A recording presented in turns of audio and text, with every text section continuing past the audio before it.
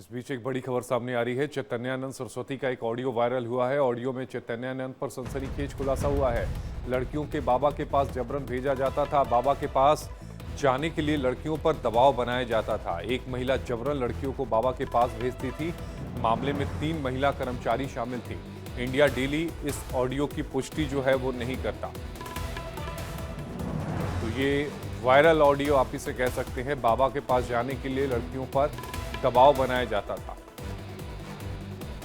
तो चैतन्यानंद सरस्वती का जो ऑडियो है वो वायरल हुआ है।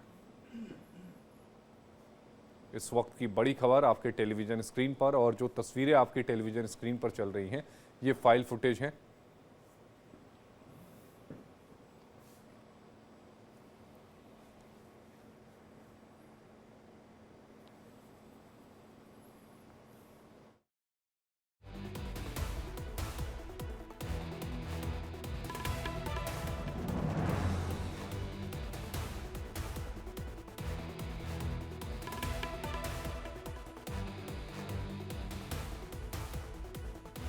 और इसी खबर पर ज्यादा जानकारी के साथ हमारे सहयोगी रजनीश हमारे साथ लाइव जुड़े हैं।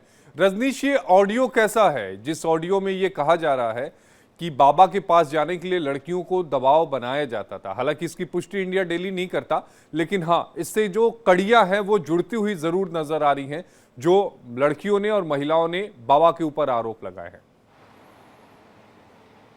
देखिए आशीष, इसमें 2 ऑडियो जो है वो वायरल हो रहे हैं। हालांकि हम लोग पूरा इंडिया डेली इसकी पुष्टि नहीं करता, लेकिन इन ऑडियो की अगर बात की जाए तो इन ऑडियो में एक ही महिला 2 बातें कहती हुई नजर आ रही है। पहले ऑडियो में ये कहा जा रहा है कि 23 तारीख को यानी कल आपको जाना है, एक होटल का एड्रेस और फ़ोन नंबर दूंगी, आपको वहाँ जाना है। स्वामी जी ने वहाँ पर रूम बुक किया हुआ है, आपके लिए भी रूम बुक किया है, आपको रात को डिनर वहाँ पर करना है और रात स्वामी जी के साथ बितानी है।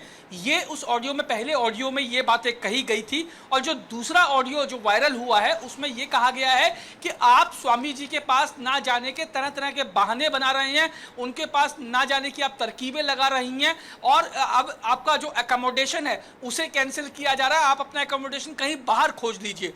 तो ये 2 ऑडियो सामने आए हैं। कहा जा रहा है कि ये जो ऑडियो है ये चैतन्यानंद सरस्वती मामले से जुड़े हुए हैं। उन्हीं जो 3 महिलाएं, एक डीन और 2 वार्डन, जो इस पूरे मामले में, जिन्होंने इस पूरे मामले में चैतन्यानंद वाले मामले की अगर बात जहां तक हो रही है उसमें अपने गुनाह कबूल कर लिया है कि जो बातें कही गई थी वो बातें उन्होंने पुलिस के सामने रखी है। हालांकि ये ऑडियो जरूर सामने आए, लेकिन ये पुष्टि नहीं होती कि ये ऑडियो वाकई में चैतन्यानंद सरस्वती के केस से जुड़े हुए हैं या नहीं। लेकिन सबसे बड़ी बात यह है कि जो पैटर्न की बात की जा रही है उसी तरीके के पैटर्न की जो जानकारी है वो एफआईआर में भी की गई है। एफआईआर में भी कुछ इसी तरीके के पैटर्न को जो है बताया गया था कि इस तरीके से लड़कियों को भेजा जाता था और ऑडियो में भी कुछ उसी पैटर्न का जिक्र किया गया। तो बहुत मुमकिन है कि ये ऑडियो चैतन्यानंद सरस्वती से जुड़े हुए हो सकते हैं, लेकिन चूंकि अभी फॉरेंसिक जांच होनी है इन ऑडियो की, जब फॉरेंसिक जांच पूरी हो जाएगी तब ये साफ हो पाएगा कि ये ऑडियो आखिर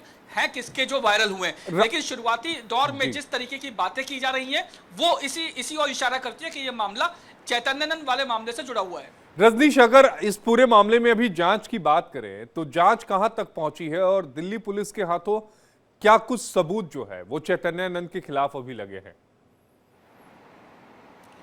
देखिए आशीष, चैतन्यानंद को जब गिरफ्तार किया गया था तो उसको आगरा से गिरफ्तार किया गया था। उसके बाद उसे पटियाला हाउस कोर्ट में पेश किया था, जहां से उसको 5 दिन की पुलिस रिमांड पर भेज दिया गया था। 5 दिन की पुलिस रिमांड के बाद जब गुरुवार को चैतन्यानंद को कोर्ट में पेश किया गया तो जाहिर तौर पर पुलिस ने वो तमाम सबूत सामने रखे थे। एक तो जो फोटोज एक्सेस की थी इंडिया डेली ने, उन फोटोज का जिक्र किया कि चैतन्यानंद जो इंस्टीट्यूट में पढ़ने वाली लड़कियां हैं उनके मर्जी के बगैर फोटो खींचता था, अश्लील फोटो खींचा करता था। उन फोटो के कुछ क्लिप्स हम लोगों ने भी दिखाए थे कि किस तरीके का डर्टी बाबा ये था। उसके अलावा जो चैट वो करता था लड़कियों के साथ, जो ऑड आवर्स में उनको मैसेजेस भेजता था और दबाव बनाता था उनके ऊपर कि अश्लील मैसेज उसको भी भेजे जाए, ये बात भी कोर्ट के सामने पुलिस ने रखी। इसके अलावा जिन 3 महिलाओं की बात हो रही है जो इंस्टीट्यूट में काम करती थी, जिसमें से एक डीन और 2 वार्डन शामिल थी, तीनों बहनें हैं। इन तीनों पे भी आरोप लगाया गया था कि इन तीनों ने जो है वो बाबा के कहने पे तमाम जो है वो काले कारनामों को, जो ये अश्लील जो चीजें सामने आई थी, इसमें महत्वपूर्ण भूमिका अदा की थी।